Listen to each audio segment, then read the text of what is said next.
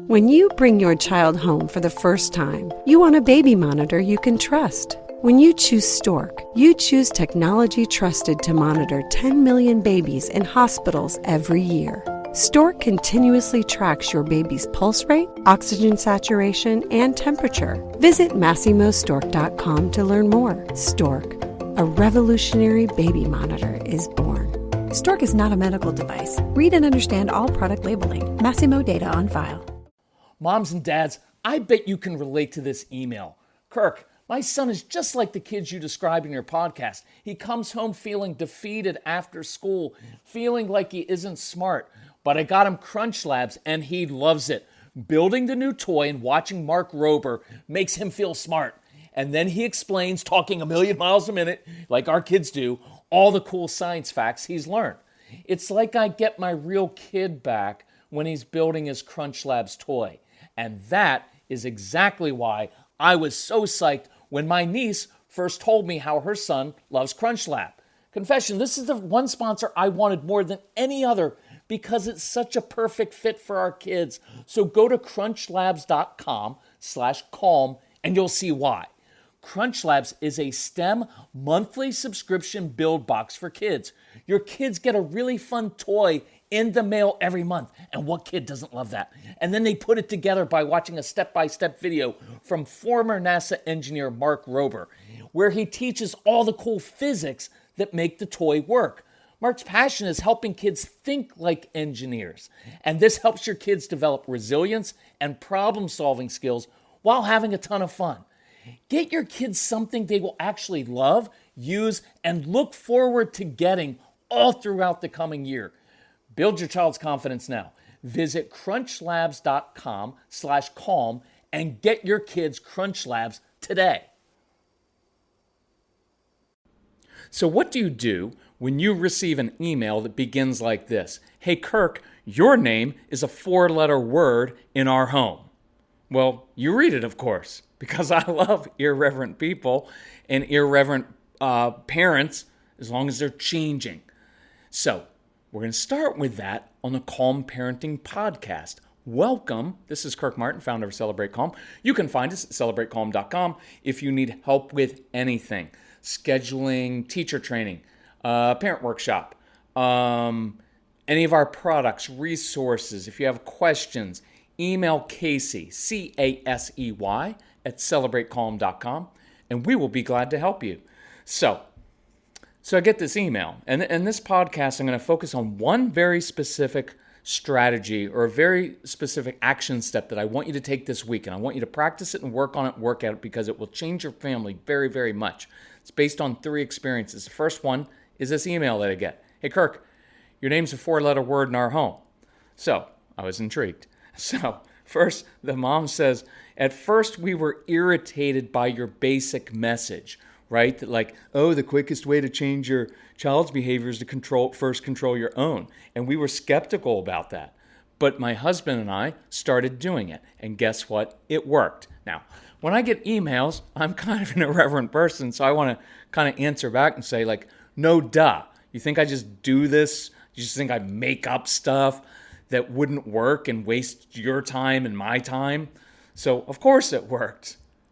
Sorry, but that's true, right? You get it all the time. Like, we can't believe that this actually worked. I'm like, I've put my entire life into this. I don't think I want to spend all of our time traveling and doing stuff. It does. So anyway, she's like, it worked.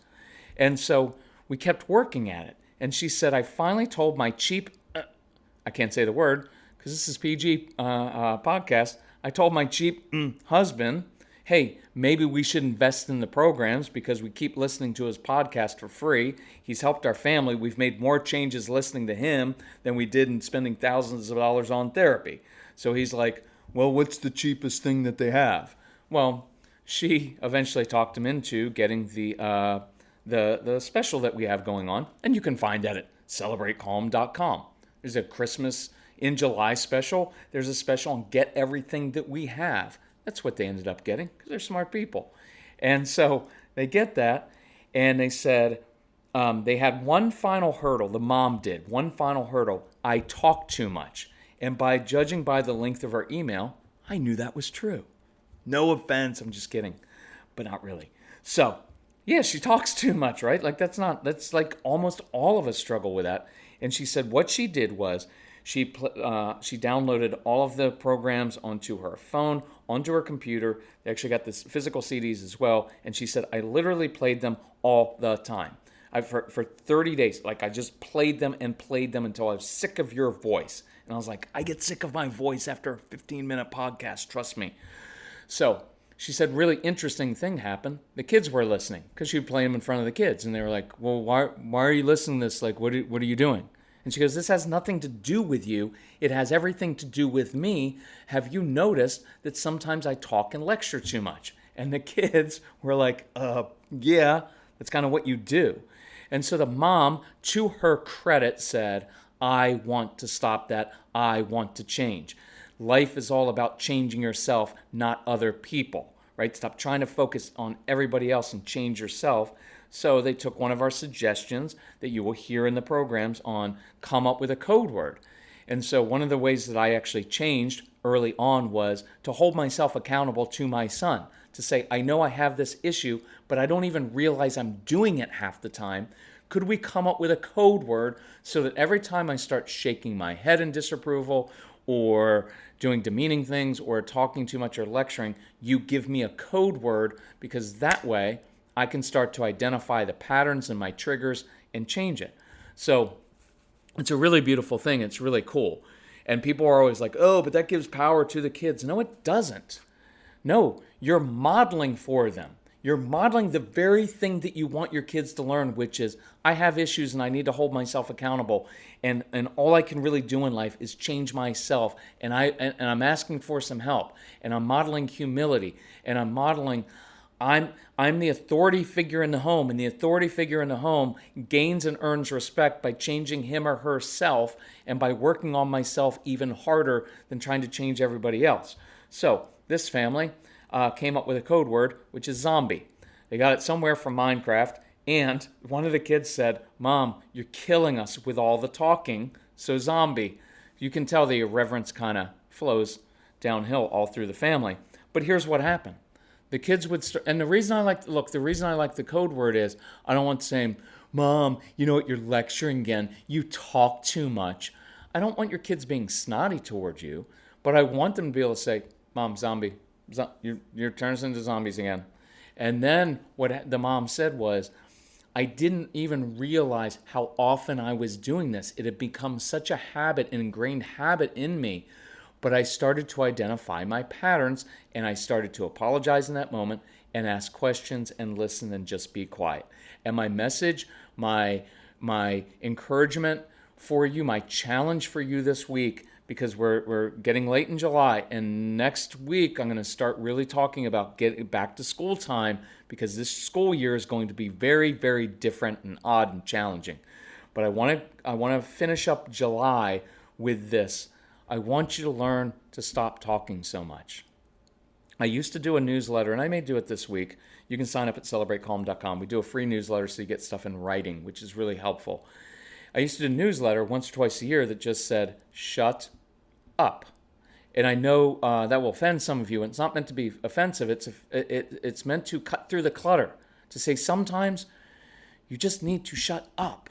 You need to stop talking, because it doesn't help things. It almost never helps things. And it almost always makes things worse. So 2 quick experiences that we had this last week with, we had family and friends come and visit. So here's a good one. One of the, I'm struggling because this is family members, and some listen and some don't, but they won't be offended because I asked them if I could use them as an example, but it's still kind of funny to use your family. But then again, all of Celebrate Calm is basically built on all of my mistakes as a dad and pretty much everything I did wrong. So transparency is a really kind of liberating and cool thing. So I won't use my brother's name and my sister-in-law's name because I've got 3 sets of them. So it could be any one of them. Anyway, so wife had asked hubby to go to the grocery store and get a little list so they could make dinner, because when they're visiting in the house, they want to be able to make dinner for us. Really sweet thing. Well, naturally, or maybe not naturally, but hubby forgot something. And so they're starting to fix dinner, And he said, no, I got everything on that list. Like, I know what's on the list. And they're like, no. And you missed a key ingredient. So the wife goes and starts searching for the list. And here's where my calm parenting and all of this stuff, my head starts to explode, because the hubby was already defensive. He was getting upset because he really wanted to help. He made a good effort, but he messed up. And so this isn't always true, but I know a lot of men have a hero complex, and I know I do. And we always want to be seen as like the hero. We're actually very fragile people at times. And so anything that bursts that hero complex in front of our family, man, it really gets to us. That was one of the hardest things when I began changing, is admitting that I got upset too easily, and then I reacted too easily, and then I blew up, because I wanted my family to look at me as like, oh, he's a guy who can handle anything. He goes to work and he handles all these things. And now I was exposed. I was naked in front of my family because they saw how I really was. And it shattered this whole image that I wanted. And you'll see this a lot in men trying to control their wives and like, don't tell anyone about this, because they don't want to be exposed. And so the hubby was getting upset. The wife starts to go and look for the list. And I was like, no, I didn't say anything because I wanted to see how it played out. And I don't like to get between couples. And so I knew she was kind of wanting to prove her point. And there's no need in that situation. He was already defensive. There's no need to prove your point. I think he knew that he messed up, right? Just by his thing. And so his wife kept going on. And I know she was trying to make it better somehow, but it just made it worse. And sometimes most oftentimes, the best thing you can do is just stop talking, especially when someone else that you care about is upset. Stop talking. She kept going, and he kept reacting, and it became this whole reactive cycle. And I know what she would have said, well, I just wanted him to know. And I'm like, he kind of already knew. And that's not the time to prove your point when someone's feeling defensive. But we do it all the time. Likewise, when people started arriving, one of the families has a teenage daughter. And so they had had a fairly long drive. And of course, you know what happens when you arrive. If were raised by a career military father like I was, then as soon as you arrive, you got to start barking out orders, because we've got a car to unload. Everybody's got to pull their weight, and you've got to do their stuff. I don't want you saying hi and hugging all the relatives. Just start taking stuff from the car, because we've got to get all of our stuff in, and we've got to get it organized, and we've got to get our place set, because we need to know which bedroom we're in, and we got to put away all the refrigerated stuff that we brought down here, and we got to get all this stuff done. No time for That's me. That's my natural thing. Well, so this daughter gets slowly out of the car because it was such a long drive, and she's not in a great mood. And so the mom picks up on that. Could have easily been the dad, but in this case it was the mom who was interacting. And so she starts in on the daughter. Now in this case, I intervened. Why? Because I just felt like it. And because I could see what was about to happen, and I didn't want their arrival to start with all of this tension. Now, some of it is I grew up in a home where there was a ton of tension. I knew every day when my dad got home from work, we heard the doors to his little Chevy Impala slam shut. And we were trying to judge, is my dad going to be in a good mood or a bad mood? What's going to happen when he enters our home?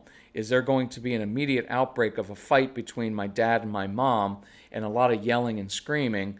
And to this day, that is a wounding thing to me. That is a I don't want to overstate it. I don't want to say it's trauma to me. It's not trauma, but it is something that triggers me. I don't like to hear it, and I don't like that tension.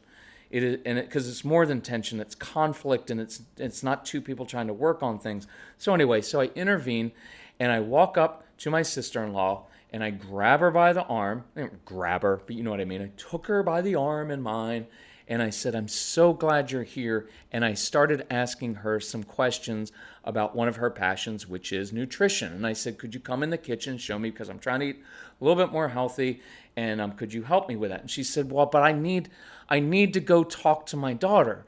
And I said, you weren't talking to your daughter.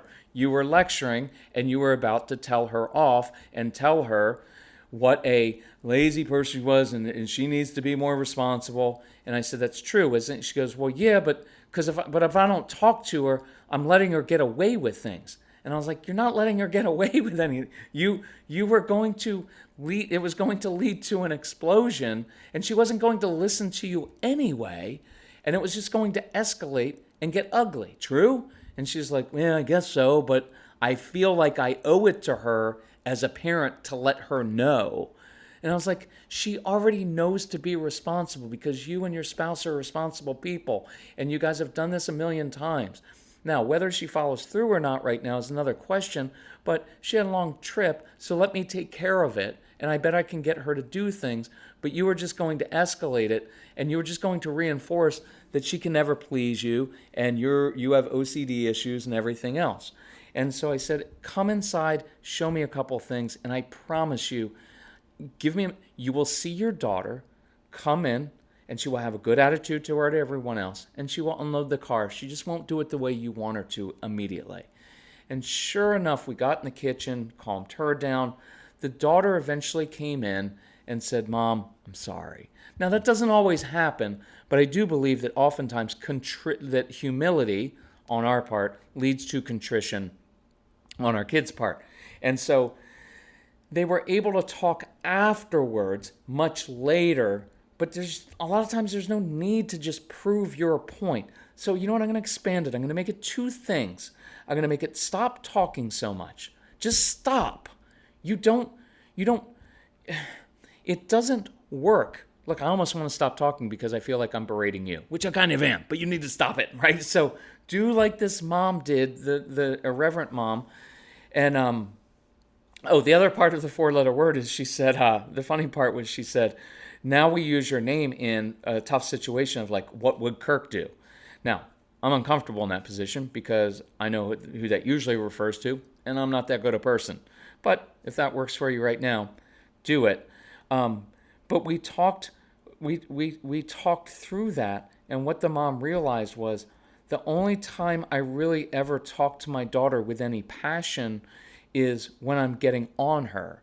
And I was like, bingo. So you're going to have conflict all the time and her being resistant. But if you will stop talking all the time, so I'm going to make it two things. One is you don't have to talk all the time. You don't. And it usually makes it worse.